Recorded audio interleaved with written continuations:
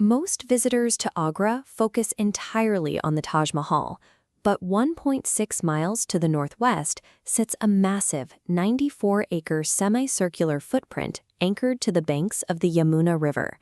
These red sandstone walls protect a self-contained city, a sprawling urban space once capable of housing the royal court and its entire standing army. Step inside, and you'll find a landscape of architectural contradictions. Brutal military defenses sit directly alongside delicate glass palaces and functional colonial brickwork.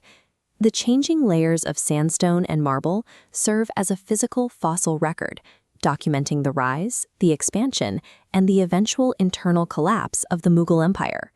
In 1558, Emperor Akbar arrived in Agra to build a stronghold that could secure his reign.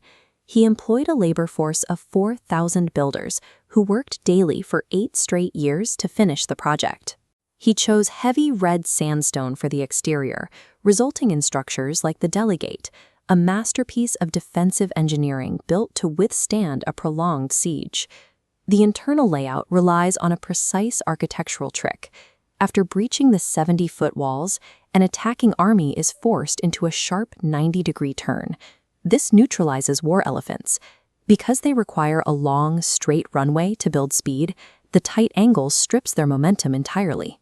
Akbar's red sandstone architecture represents an empire in its survival phase, impenetrable and built entirely for war. By the time Akbar's successor, Jahangir, took the throne, the empire was secure. The fort's primary function shifted from a military base to a center for civil administration. To signal this, Jahangir installed the Chain of Justice, an 80-foot gold chain weighing a full quintal. It was hung over the walls so that any citizen, regardless of rank, could shake the bells to demand a direct audience with the king. The chain provided a physical link between the emperor and the common subject, establishing a system where grievances could be redressed directly, bypassing the court's bureaucracy. Under Emperor Shah Jahan, the empire reached its peak of wealth and stability. He set out to modernize the fortress to reflect this new era of luxury. Shah Jahan began demolishing his grandfather's red sandstone buildings to make way for his preferred material, polished white marble. These additions focused on comfort and aesthetics. In the Taj Mahal, walls were decorated with intricate floral inlays and imported Syrian glass mosaics. This shift is most visible at the Muthamman Burj, a delicate marble pavilion perched on the edge of a rugged red sandstone bastion. It was built as a private tower for the emperor to overlook the river. Under Shah Jahan, the site's military utility eroded as the fortress transitioned into an extravagant palace. Shah Jahan's redesign focused on external beauty, but a fortress is built to protect the occupant from every direction, including the inside. In 1658, as Shah Jahan fell ill, a war of succession broke out between his sons.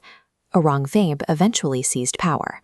Aurangzeb immediately placed his father under house arrest, confining him within the very walls the older emperor had spent years refining. Shah Jahan spent the final 8 years of his life locked inside the Muthamman Burj. He was forced to watch the Taj Mahal, the tomb of his wife, through the scalloped marble arches of his own palace. The marble architecture Shah Jahan built to project his supreme power had become his gilded cage. In the following centuries, the fort was captured by the Marathas and the Jats, before falling to the British East India Company in 1803.